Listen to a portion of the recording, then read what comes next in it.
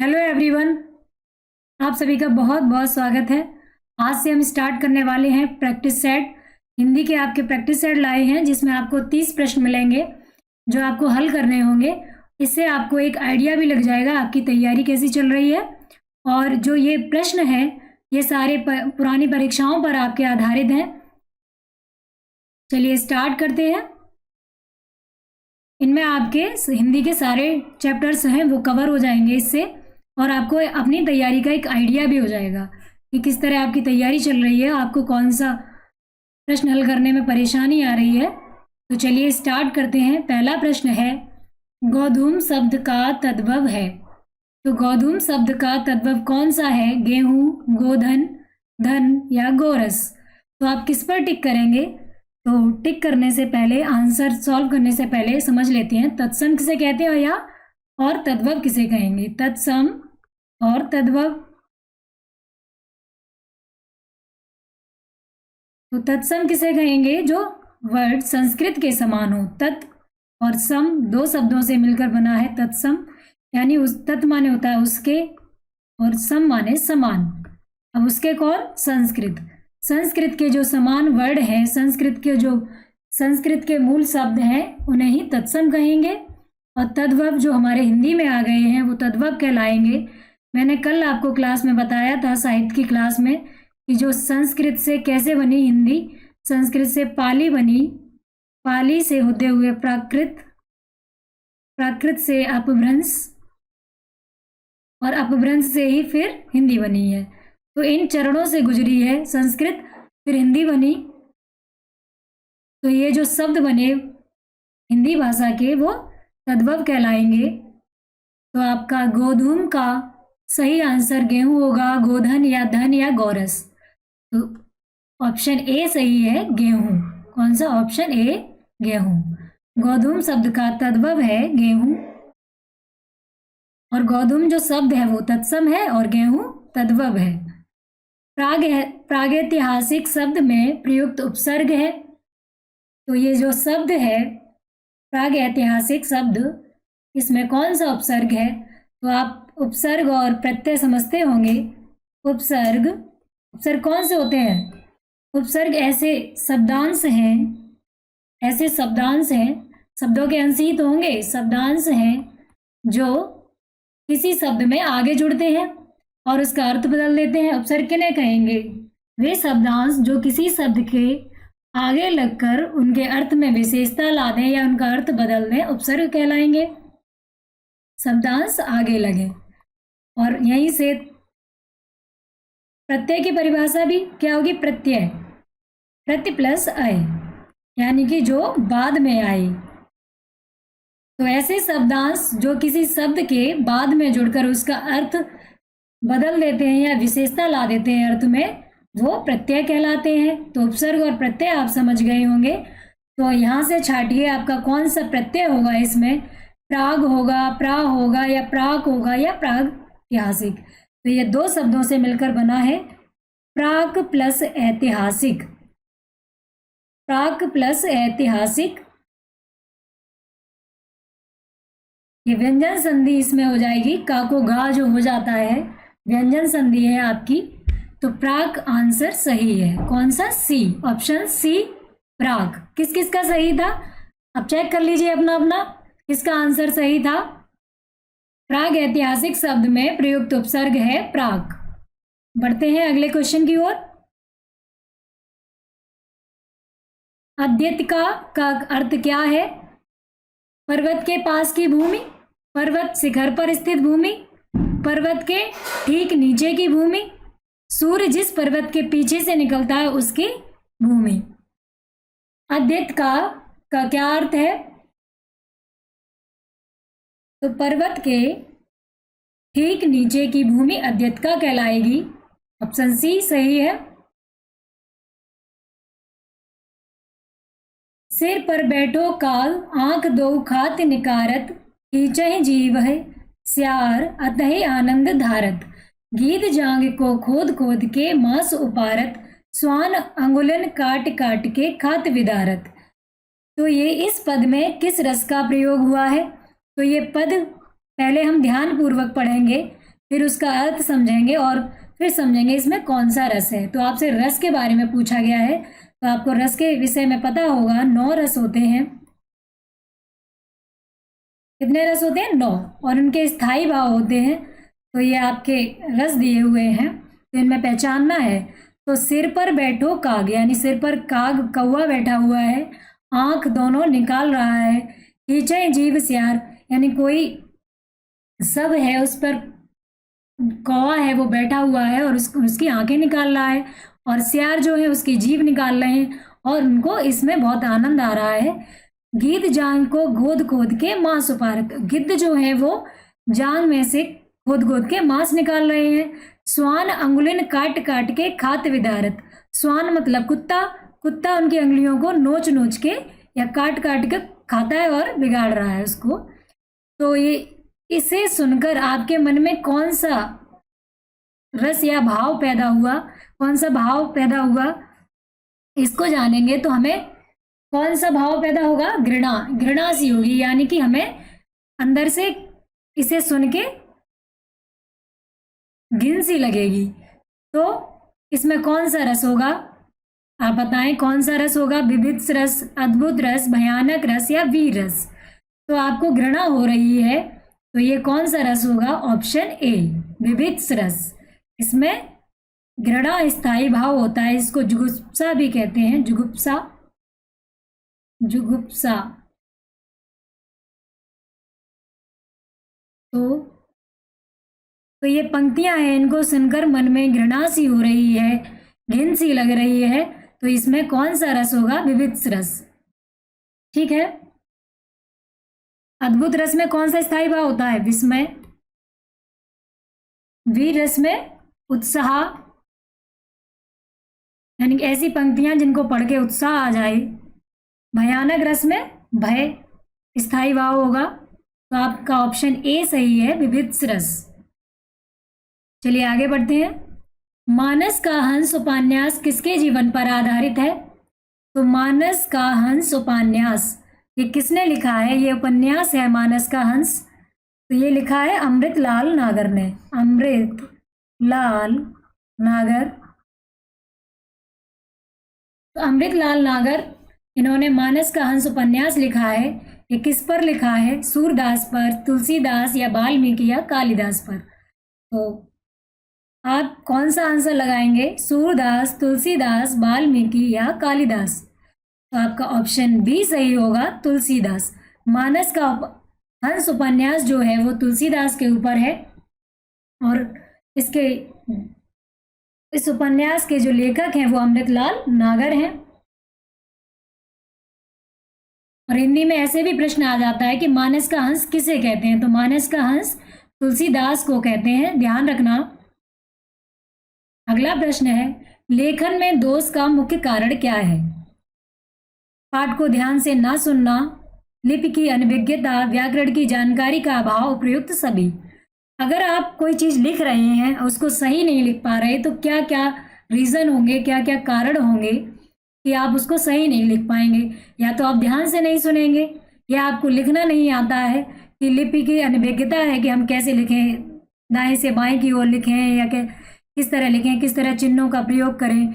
व्याकरण की जानकारी का अभाव, कि हमें सही से मात्राओं का ज्ञान नहीं है, उच्चारण स्थानों का ज्ञान नहीं है, तो समझ नहीं पाएंगे, व्याकरण की जानकारी नहीं होगी। और उपयुक्त सभी, तो ये सारे ही हमें लग रहे हैं कि इनकी वजह से हम लेखन को सही नहीं, या हम कोई चीज लिख रहे हैं उसको सही नहीं लिख पाएंगे। तो आपका ऑप्शन डी सही होगा, उपयुक्त सभी, ऑप्शन डी। लेखन में दोष के मुख्य कारण है पाठ को ध्यान से ना सुनना, लिपि की अनभिज्ञता, व्याकरण की जानकारी का अभाव और उपयुक्त सभी। तो आपका ऑप्शन डी सही है, उपयुक्त सभी। अगला है, भाषा और बोली के बीच का कौन सा अंतर सही नहीं है? चलिए समझते हैं भाषा और बोली। भाषा का क्षेत्र विस्तृत परंतु बोली का क्षेत्र सीमित होता है, ये सही है। भाषा बड़ी होती है, बोली इसमें, भाषा की कई बोलियां हो सकती है। जैसे पश्चिमी हिंदी है, एक भाषा है, उसकी बोलियां हैं, खड़ी बोली है और अन्य बोलियां हैं। ब्रज भाषा है, ब्रज भाषा का क्षेत्र विस्तृत परंतु बोली का क्षेत्र सीमित होता है, ये सही है। एक भाषा में अनेक बोलियां होती हैं, बिल्कुल होती हैं। भाषा व्याकरण सम्मत होती है परंतु बोली के व्याकरण रूप में अस्थिरता होती है, ये भी सही है। जैसे हमारी हिंदी भाषा है जो है हिंदी की, वो व्याकरण पर आधारित है। अब इसी में हम कोई अन्य अपनी बोली बोले अपने क्षेत्र की, तो उसको बोलेंगे अपने, जिस तरह लोग बोलते हैं, जैसे ब्रज भाषा में तेरो मेरो इस तरह बोलते हैं, तो वो व्याकरणिक नहीं होती। भाषा का प्रयोग साहित्यिक एवं शैक्षिक क्षेत्र में होता है, जबकि बोली का प्रयोग राजनीतिक एवं प्रशासनिक क्षेत्र में होता है। ये बिल्कुल गलत है, ये उल्टा बता दिया है। तो आपका कौन सा अंतर सही नहीं है? तो कौन सा सही नहीं है? D, option D. Right answer आपका होगा ऑप्शन डी। भाषा का प्रयोग साहित्यिक एवं शैक्षिक क्षेत्र में होता है, जबकि बोली का प्रयोग राजनीतिक एवं प्रशासनिक क्षेत्र में होता है। तो ऐसा नहीं होता है, राजनीतिक या प्रशासनिक क्षेत्र में बोली का प्रयोग नहीं होता है। यह मकान मेरा है वाक्य में यह क्या है? तो आप सीधे सीधे यह पूछा है तो हम सर्वनाम लगा दें? नहीं, ऐसा नहीं है। मैंने आपको जब विशेषण पढ़ाए और सर्वनाम पढ़ाए आपको क्लास में, तो बहुत अच्छी तरह अंतर समझाया था।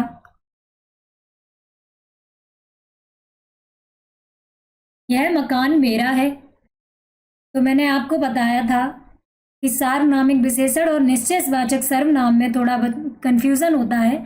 निश्चय पहले तो पता होना चाहिए आपको निश्चयवाचक सर्वनाम कौन से हैं। ये है, वह है, ये और वे। अब आप देखोगे कि यह आंसर है तो सीधा टिक कर दें निश्चयवाचक सर्वनाम में, लेकिन आपको ये नहीं करना है। आपको ध्यान देना है कि ऑप्शन और कौन कौन से हैं। निजवाचक सर्वनाम, तो निजवाचक सर्वनाम में आपको मालूम है आप, स्वयं, खुद, ये आएंगे। फिर सार्वनामिक विशेषण, अभी आपको सार्वनामिक विशेषण के विषय में बताएंगे।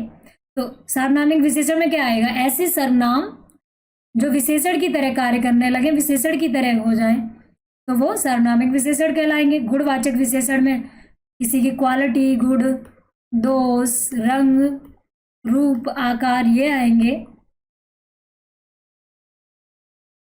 अब मैंने आपको निश्चयवाचक सर्वनाम और सार्वनामिक विशेषण में अंतर करना बताया था कि अगर सेंटेंस लिखा हो, वाक्य लिखा हो, उसमें सर्वनाम का पड़ोसी संज्ञा है तो क्या होगा, और सर्वनाम का पड़ोसी सर्वनाम है। जैसे अगर मैं इसी वाक्य को लिख देती, यह मेरा घर है, तो जिसने क्लास अटेंड की है वो आसानी से अंतर कर लेगा। यह मकान मेरा है, तो सर्वनाम का पड़ोसी संज्ञा है, और यहाँ सर्वनाम का पड़ोसी सर्वनाम है, यह के बाद मेरा। तो ये होगा आपका निश्चयवाचक सर्वनाम। निश्चयवाचक सर्वनाम। और यह मकान मेरा है, यह जो शब्द है वो मकान की विशेषता बता रहा है, यह मकान मेरा है, तो ये हो जाएगा सार्वनामिक विशेषण। सार्वनामिक विशेषण, सार्वनामिक विशेषण। ध्यान रखिएगा। तो आपका कौन सा उत्तर सही होगा? तो ऑप्शन सी, सार्वनामिक विशेषण।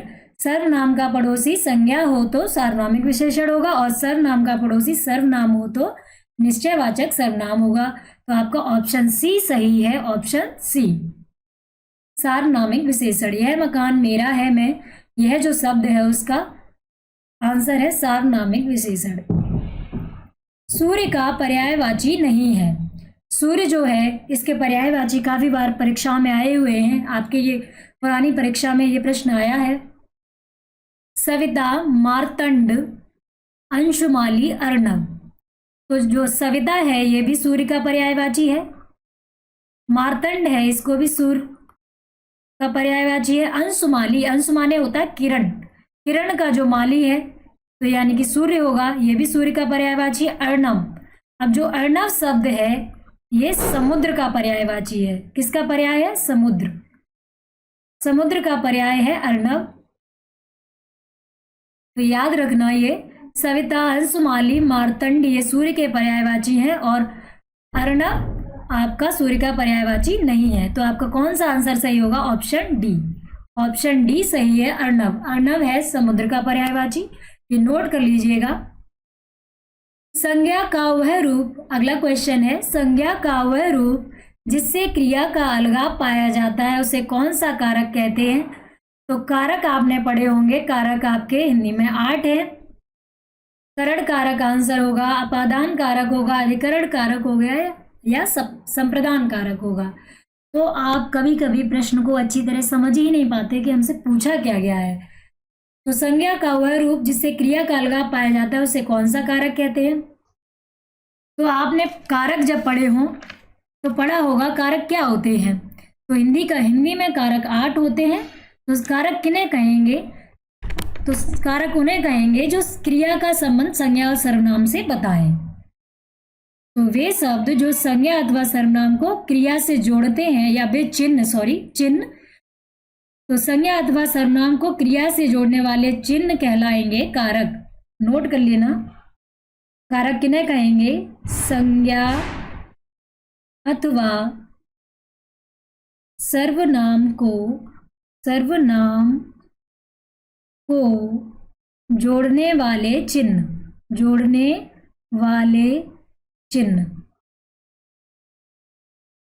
कारक कहलाते हैं। जोड़ने वाले चिन्ह कारक कहलाते हैं।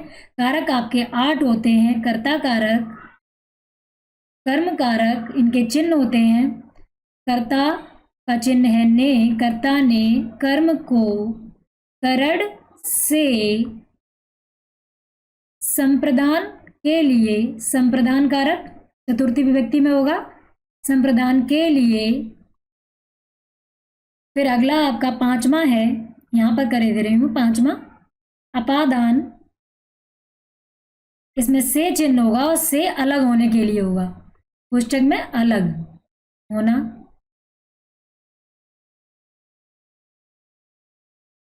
अलग होना। संबंध कारक, नंबर 6 है संबंध कारक आपका। संबंध कारक इसमें क्या आएंगे? का, की, के, जैसे उसका या का, की, के संबंध बताएं जो रा, री, रे, मेरा, मेरी, ये आते हैं वाक्य में, ये चिन्ह होंगे रा, री, रे। और एक फिर इसके बाद आएगा नंबर 7, मैं यहां रख देती हूं, ध्यान रखेंगे अगली बार प्रश्न में ज्यादा जगह छोड़ेंगे जिससे आसानी से समझा सकें। 7 है आपका अधिकरण। अधिकरण में जो चिन्ह होंगे मैं, ये वाला मैं, पर, मैं और पर। अधिकरण कारक। और संबोधन में हे, अरे, भो, संबोधन हे आएगा और अरे ये जाएंगे आपके। तो ये आपके कारक हैं। तो कर्ता का चिन्ह होगा ने, कर्म को करण से के द्वारा संप्रदान के लिए अपादान से अलग होना, यानी अलग होने के लिए या भय के लिए या डर के लिए अपादान कारक प्रयोग करते हैं। तो जहाँ डर का बोध हो, अलग हो रहे हो, जैसे वृक्ष से पत्ते गिरते हैं, तो इस वाक्य में कौन सा कारक है? वृक्ष से पत्ते गिरते हैं, तो अलग हो रहे हैं। पत्ते कैसे हो रहे हैं? अलग हो रहे हैं। तो यहाँ पर होगा अपादान कारक। या वह सांप से डर गया, तो वो डरने के लिए भी अपादान कारक का प्रयोग करते हैं। तो आपका ऑप्शन बी सही होगा, अपादान कारक। संज्ञा का वह रूप जिससे क्रिया का अलगाव पाया जाता है कौन सा कारक कहलाएगा? अपादान कारक। और आपको कारक पता होने चाहिए। कारक 8 है, कर्ता, कर्म, करण, संप्रदान, अपादान, संबंध, अधिकरण और संबोधन। और इनके चिन्ह भी आपको याद होने चाहिए। किसी भी तरह प्रश्न बन जाए आप टिक कर लें और आपका आंसर बिल्कुल सही हो। फिर अगला प्रश्न है, उच्चारण की दृष्टि से कौन सा व्यंजन वर्ग तालव्य है? तो तालव्य मैंने आपको क्लास में उच्चारण स्थान बहुत अच्छी तरीके से पढ़ाए थे, इनके सूत्र भी बताए थे। तो क वर्ग का सूत्र था अकहु विसर्जनीय नाम कंठा। क वर्ग जो आपका कंठ से बोला जाता है। च वर्ग आपका तालु से बोला जाता है। ता वर्ग जो है वो दंत से बोला जाएगा। और ट वर्ग है जो मूर्धा से बोला जाएगा। इसमें ट वर्ग के सारे अक्षर हैं। तो जो तालु से बोला जाए वो तालव्य कहलाएगा। तो तालव्य वाला व्यंजन वर्ग कौन सा है? ये वाला है, ये है option A B C D, तो आपका ऑप्शन बी सही होगा। चा छा जा झा ये तालु से बोले जाते हैं। का वर्ग कंठ से, ता वर्ग दंत से और मूर्धा से ता वर्ग आएगा। और आपका एक वर्ग और बचा पा वर्ग, ये आपका किससे बोला जाएगा? ओष्ठ से। बिना ओठ के बोल के देखो, ओष्ठ से। पा वर्ग को बोलो, पा फा बा भा, तो इनका उच्चारण आपसे हो जाएगा बिना होठ लाए या बिना होठ को स्पर्श करे? नहीं होगा। तो ये पा वर्ग जो है वो ओष्ठ से उच्चारित होता है। अगला प्रश्न है, लोकोन्मुख में कौन सी संधि है? यड संधि है, गुण संधि है, याद संधि है या वृद्धि संधि है? तो आप पहले कोई भी संधि इस तरह पूछी जाए तो आप से पहले संधि विच्छेद करेंगे। तो लोक और उन्मुख दो शब्द से बना है लोकोन्मुख, लोक प्लस उन्मुख, इस तरह बनाएंगे, लोक प्लस उन्मुख। तो इसमें का आ आया और ये उ, और मैंने आपको बताया था आ और उ के मेल से क्या बनता है आपका ओ। तो आ और उ मिलकर ओ बन जाए तो ये कौन सी संधि होगी? गुण संधि होगी, आपकी गुण संधि। तो गुण संधि में आ प्लस और क्या क्या होता है? आ प्लस ई बन जाता है ए, और चाहे बड़ी हो चाहे बड़ा हो, और चाहे छोटा हो चाहे बड़ा हो, और प्लस चाहे छोटा ऊ हो या बड़ा ऊ हो, बन जाएगा आपका ओ। और आ प्लस जो री है वो बन जाएगी अर। तो ये गुण संधि में आते हैं। तो आपका ऑप्शन बी सही है, गुण संधि। लोकोन्मुख में कौन सी संधि है? गुण संधि। चलिए आगे बढ़ते हैं। ये स्वर संधि है, ये भी ध्यान रखना। कौन सी संधि है? स्वर संधि। स्मृति की रेखाएं किसकी रचना है? स्मृति की रेखाएं किसकी रचना है? निराला की है या जयशंकर प्रसाद की है, महादेवी वर्मा की है या सुमित्रा नंदन पंत की है? आपको इनकी रचनाएं बहुत अच्छी तरीके से ध्यान रखनी है। मैं एक क्लास भी लूंगी आपकी साहित्य की, उसमें सारी रचनाओं को रखेंगे उसमें। तो आप बताएं, निराला की है, जयशंकर प्रसाद की है या महादेवी वर्मा की है या आपके सुमित्रा नंदन पंत की है? तो स्मृति की रेखाएं जो रचना है वो है महादेवी वर्मा की, ऑप्शन सी, स्मृति की रेखाएं। और एक और आपकी परीक्षा में आई हुई है, अतीत के चलचित्र, ये भी महादेवी वर्मा की है। अतीत के चलचित्र, अतीत के चलचित्र।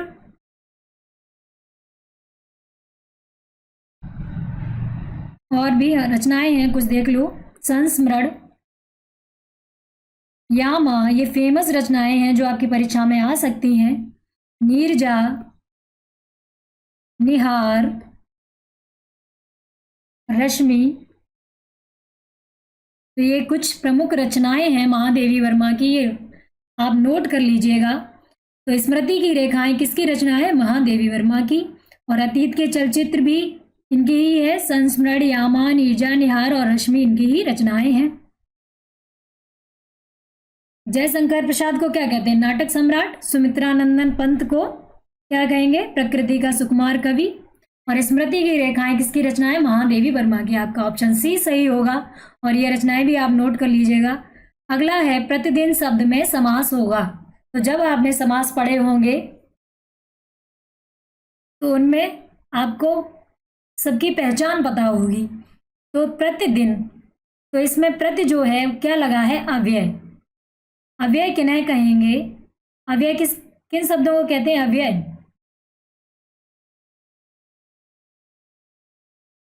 अव्यय, प्रतिदिन शब्द में समास होगा। कौन सा समास होगा? प्रति जो शब्द है वो अव्यय है।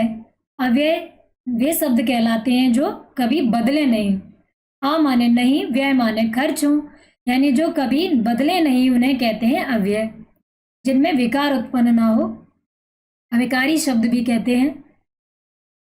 तो इसमें अव्यय जुड़ा हुआ है, तो इन जिन समास में पहला पद अव्यय होता है वो अव्ययी भाव समास कहलाते हैं। तो आपका ऑप्शन डी सही होगा, अव्ययी भाव समास। प्रतिदिन शब्द में अव्ययी भाव समास होगा। हिंदी शब्द मूलतः किस भाषा का शब्द है? उर्दू का है, हिंदी का है, अरबी का है या फारसी का है? तो जिसने कल की क्लास अटेंड की होगी उसे बिल्कुल क्लियर पता होगा हिंदी शब्द किस भाषा का शब्द है, उर्दू का, हिंदी का, अरबी का या फारसी का। ये कई बार परीक्षाओं में आया है, ये सभी राज्यों की परीक्षा में जरूर पूछा जाता है, मतलब ज़्यादातर आने वाला प्रश्न है, ये अच्छा प्रश्न है।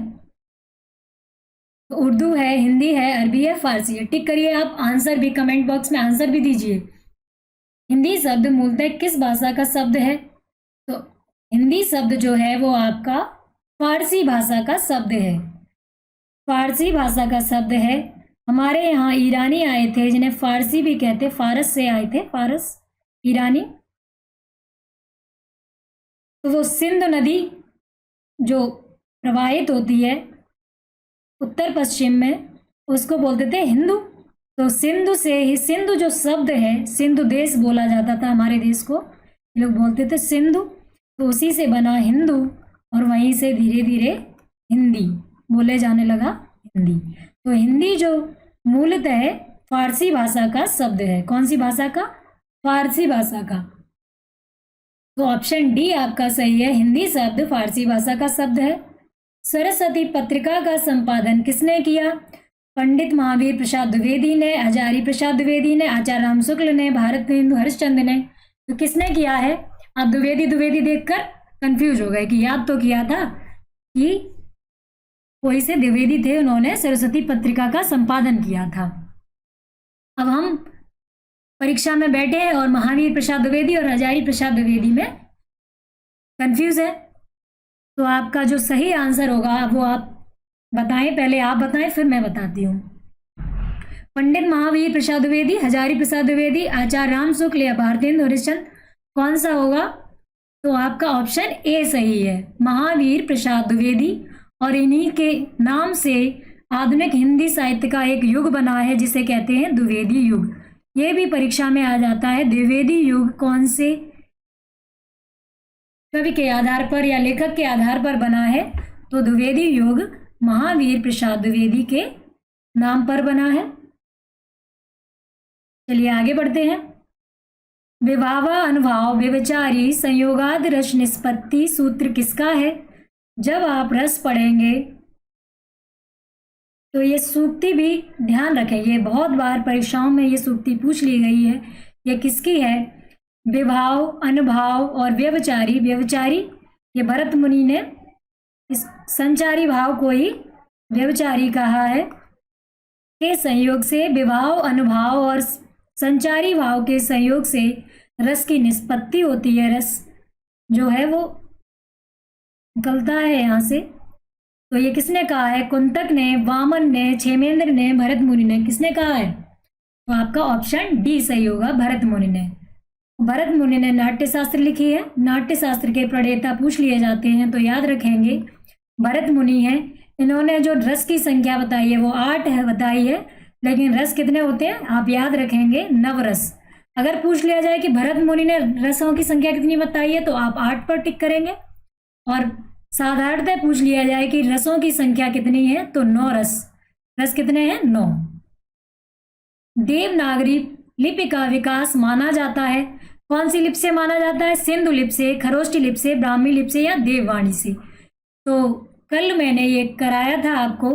तो पहले तो लिपि किसे कहते हैं आपको पता होगा। तो वे चिन्ह जिनसे किसी भाषा को लिखा जाए या किसी भाषा को लिखने का तरीका या ढंग लिपि कहलाता है।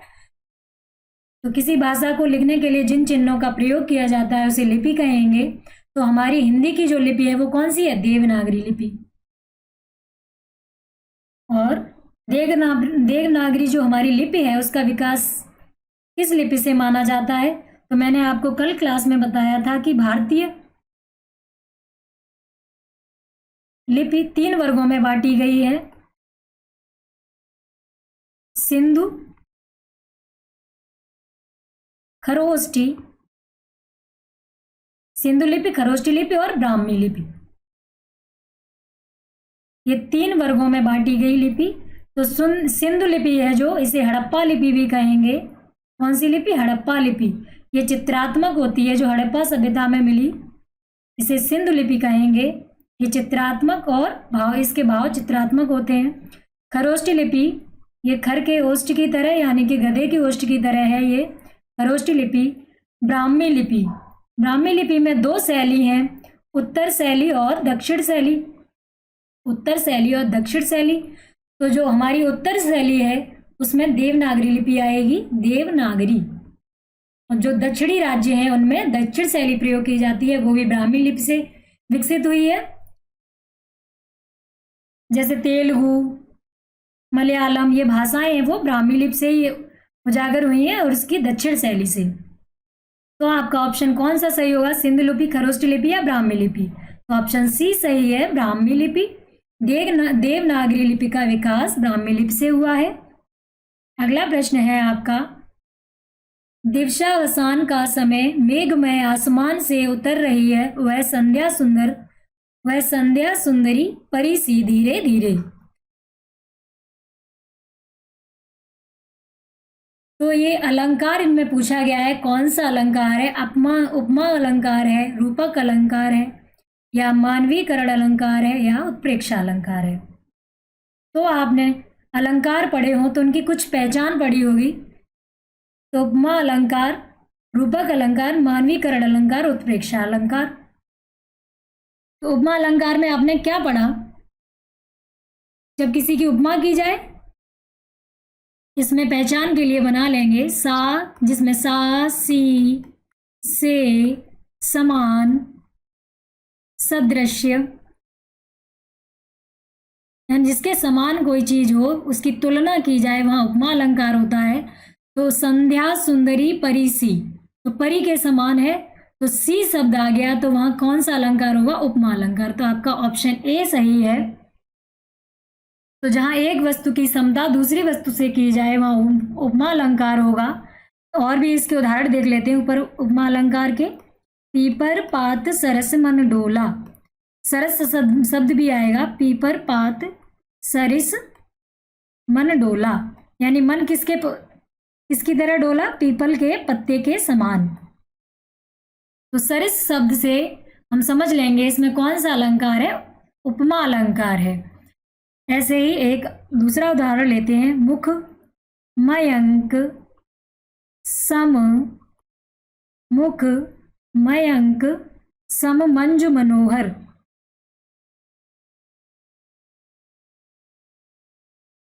तो मयंक के समान मुख है, तो सम शब्द आ गया, यहीं से पहचान लेंगे इसमें उपमा अलंकार है। या ऐसे कह लें, हरिपद कोमल कमल से, हरि के पैर कैसे हैं? कमल की तरह कोमल हैं, तो से वर्ड आ गया, तो इससे उपमा अलंकार होगा। इसमें तुलना की गई है, उसमें उपमा अलंकार होता है। तो आपका ऑप्शन ए सही होगा। सुई का तत्सम रूप है, सूजी है, सुई है, सूची है, या सूचक है? तो तत्सम और तद्भव अभी हमने डिस्कस किए थे।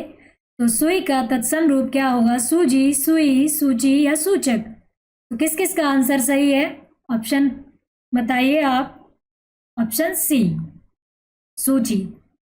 ये कई बार ये भी परीक्षाओं में आया हुआ है, सुई का तत्सम रूप सूची है। तो आपका ऑप्शन सी सही होगा, राइट आंसर होगा सूची। चलिए अगला देखते हैं, पुष्टि मार्ग का जहाज किसे कहा जाता है? सूरदास को कहेंगे, कुंभन दास को, बल्लभाचार्य को, या कृष्णदास को? तो ये अष्टछाप के कवि हैं, अष्टछाप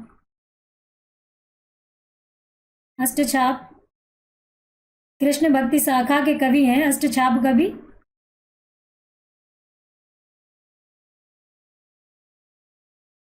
तो अष्टछाप में कौन कौन से आएंगे आपके? तो 4 इसमें बल्लभाचार्य के शिष्य आएंगे और 4 आपके विट्ठलनाथ के। बल्लभाचार्य के पुत्र थे विट्ठलनाथ, उन्होंने 4 शिष्य अष्टछाप में रखे थे और 4 शिष्य बल्लभाचार्य के थे, बल्लभाचार्य। और इधर 4 शिष्य होंगे विट्ठलनाथ के।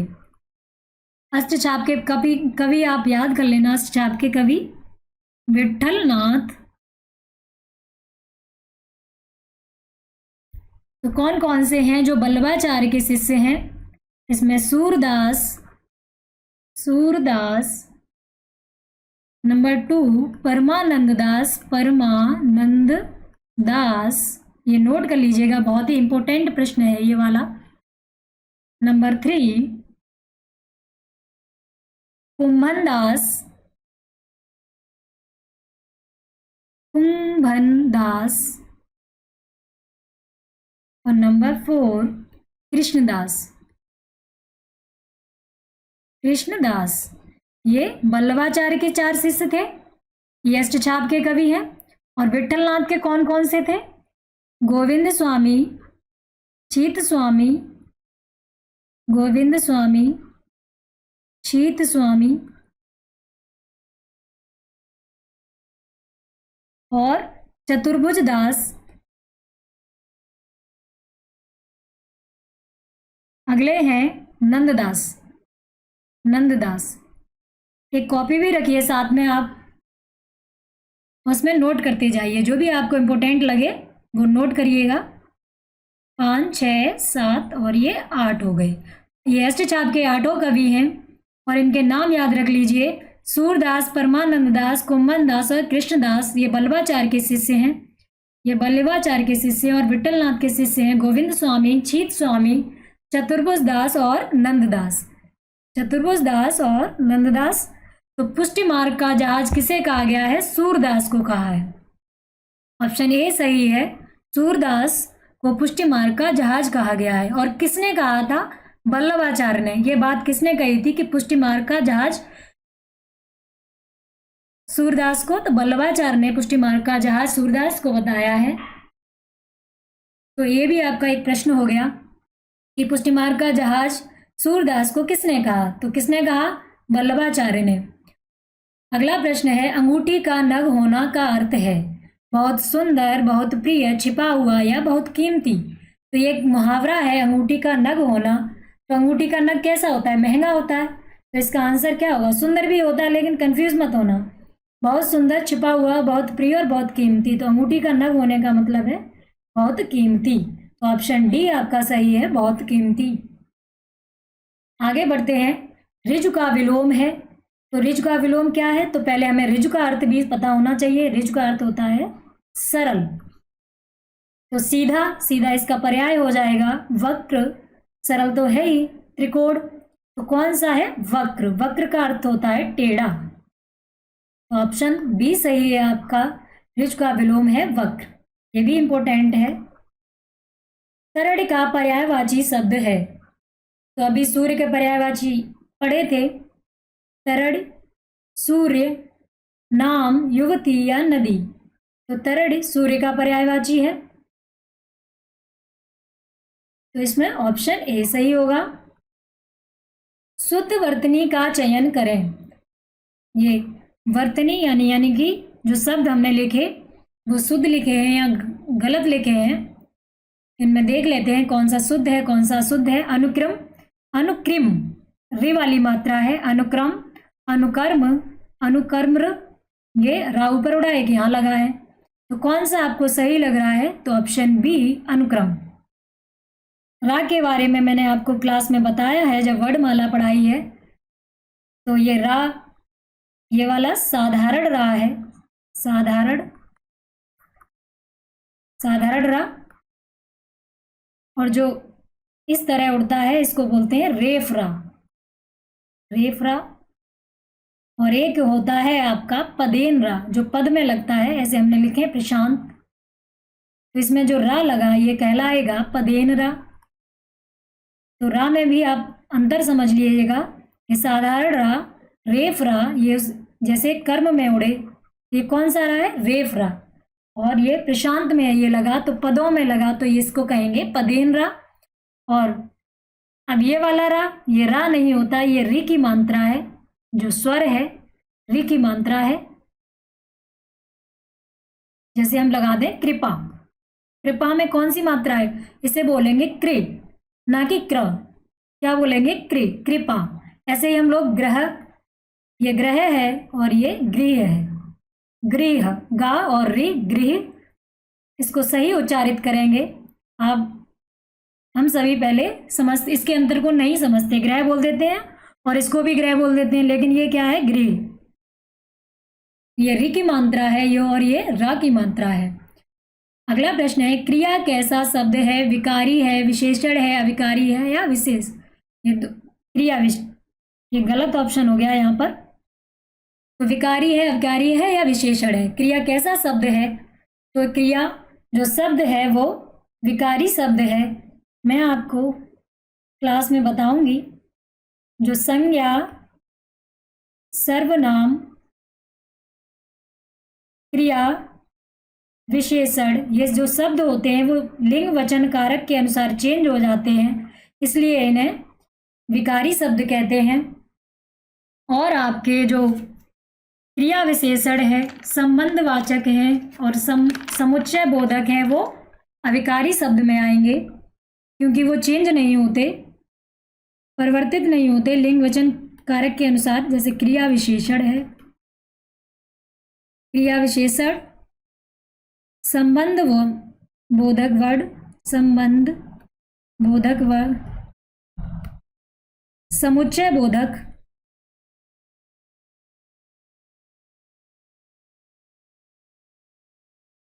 और आपके विस्मयादि बोधक।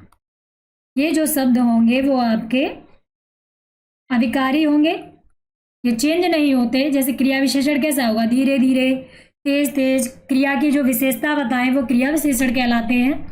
जैसे वह धीरे धीरे दौड़ता है, तेज तेज दौड़ता है। अब चाहे लड़की दौड़े या लड़का दौड़े, दोनों के लिए तेज तेज शब्द ही यूज करेंगे। संबंध बोधक जो सो कभी चेंज नहीं होता, जो सो, ओ, और, ये शब्द संबंध जोड़ें वो कभी परिवर्तित नहीं होंगे, तो ये किस में आएंगे? अविकारी शब्द में। तो क्रिया कैसा शब्द है? विकारी शब्द है। आपका ऑप्शन ए सही होगा। कैसा शब्द है? विकारी शब्द है। विकार मतलब उसमें परिवर्तन हो जाए, वो विकारी शब्द कहलाती है। जिसमें परिवर्तन ना हो वो अविकारी। तो ये समझ लीजिए यहाँ से, संज्ञा, सर्वनाम, क्रिया और विशेषण ये विकारी शब्द हैं, और क्रिया विशेषण, समुच्चय बोधक, संबंध बोधक और विस्मयादि बोधक अविकारी शब्द हैं। बढ़ते हैं अगले प्रश्न की ओर। भूर्ध का संधि विच्छेद है। तो भूर्ध का संधि विच्छेद है, तो मैंने आपको बताया है कि संधि विच्छेद करें तो दो शब्द अर्थ वाले बने। भू प्लस ऊर्ध्व, भू प्लस ऊर्ध्व, यानी भू और ऊर्ध्व दो शब्द बने। इसमें ऊ की मात्रा, इसमें भी ऊ की मात्रा बन गया बड़ा ऊ। कौन सी संधि होगी? ये दीर्घ संधि। तो कौन सा विच्छेद आपका सही है?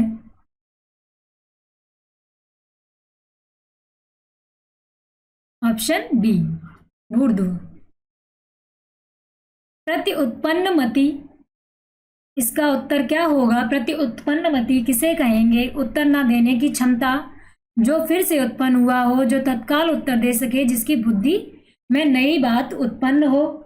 तो प्रति उत्पन्नमति किसे कहेंगे? जो तत्काल उत्तर दे दे। तो ऐसी मति जो तुरंत उत्तर दे उसे प्रति उत्पन्नमति कहेंगे। तो ऑप्शन सी आपका सही है, जो तत्काल उत्तर दे सके उसे प्रत्युत्पन्नमति कहेंगे। कुंडलियों में तो ये कुंडलियां की पहचान है। लास्ट क्वेश्चन है नंबर 30। संतन को कहा सीकरी सो काम। ये पंक्ति किसकी है? इतना बता दिया आपको। और ये पंक्ति पूछ ली कबीरदास की है, कुम्भन दास की है, रैदास की है, तुलसीदास की है, किसकी है? तो ये जो पंक्ति है वो कुम्भन दास की है। और ये इसकी पूरी पंक्ति का अर्थ है, पूरी इसकी पंक्ति है, संतन को कहा सीकरी सो काम, आवत जात पनैया टूटी, बिसर गयो हरिनाम, जिनके मुख देख दुख उपजत, उनवे तिन्हें करवे परे सलाम। तो जब कुम्भन दास अकबर के यहाँ गए, अकबर ने उन्हें बुलाया, पुरस्कृत किया, तो फिर जब वापस लौट के आ रहे थे तो कुम्भन दास कहते हैं कि संतन को कहा सीकरी से काम। संतों को, अकबर की जो राजधानी है फतेहपुर सीकरी थी, तो उससे क्या काम है? संतों को तो सिर्फ भगवान से काम है। आते जाते रास्ते में, और हमारी पनैया किसे कहते हैं? चप्पलों को। चप्पलें और रास्ते में टूट गई, फायदा तो कुछ नहीं हुआ, और हमें उनका मुंह देख के दुख उपजता है, उनको हमें सलाम करना पड़ रहा है। तो ये जो पंक्तियां हैं वो कुम्भन दास ने कही थी। कुम्भन दास ने, ये तो जो सूरदास हैं उनके ही समकालीन हैं, अष्टछाप के भी एक कवि हैं ये। तो याद रखेंगे ये पंक्ति किसकी है? कुंभन दास की। ऑप्शन सी आपका सही होगा। और आज की क्लास यहीं समाप्त होती है। मिलते हैं अगली क्लास में। आप सभी का बहुत बहुत धन्यवाद। अगर क्लास आपको पसंद आई हो तो लाइक शेयर एंड सब्सक्राइब अवश्य करें। ज़्यादा से ज़्यादा लोग जुड़े।